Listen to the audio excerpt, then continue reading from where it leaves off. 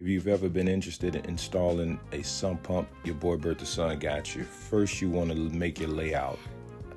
After you get your layout, then you want to get you a diamond blade saw so that you can cut through the top layer of your porcelain, because that'll get all of that hard material out of the way, because you're going to have to expose the concrete underneath.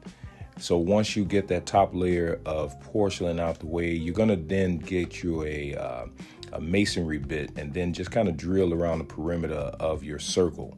So once you do that, then you need to get you a jackhammer. This is where it's going to get intense. You start breaking through that's about 2 or 3 layers of concrete that you're going to have to get through. It's not the easiest thing. I mean, you got to get ready to do some labor here. You're going to be sweating. You're going to be tired. It's backbreaking. Literally, you're talking 2 to 3 inches of concrete that you got to go through. Then you start removing your concrete debris, and it's like bucket after bucket of just concrete.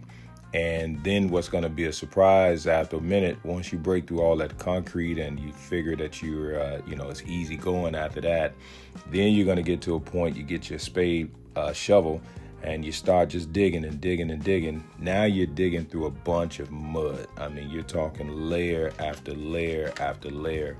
It felt like I took about 20 trips back and forth to my dump trailer. It's a good exercise, but it is what it is.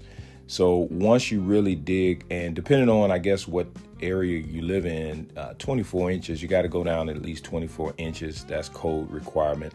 You want to go down at least 24 inches so that you, again, make sure you have a good depth to have the water come in. Then you want to do your dry fit. After you do your dry fit, everything looks good. Now you got to take your catch basin and you want to take it and you want to start drilling these holes. You want to drill holes around the perimeter.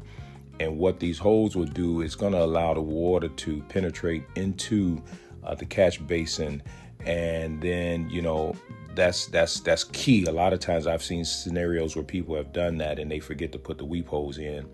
Once you got everything looking good, then you go ahead and put your catch basin back in, and you then start prepping out the perimeter and getting yourself ready to secure it down to the floor with some concrete. And so then you just smooth it out, just kind of do the best you can on this part. This client was going to go ahead and redo the floors later in the year, so they told me just go ahead and just put the concrete down. But I still wanted it to look neat. I didn't want to kind of walk away with it looking crazy once I was done. But here you go. It's not a easy task in terms of the labor part on the first side, but here you go. Hey, follow me for part 2.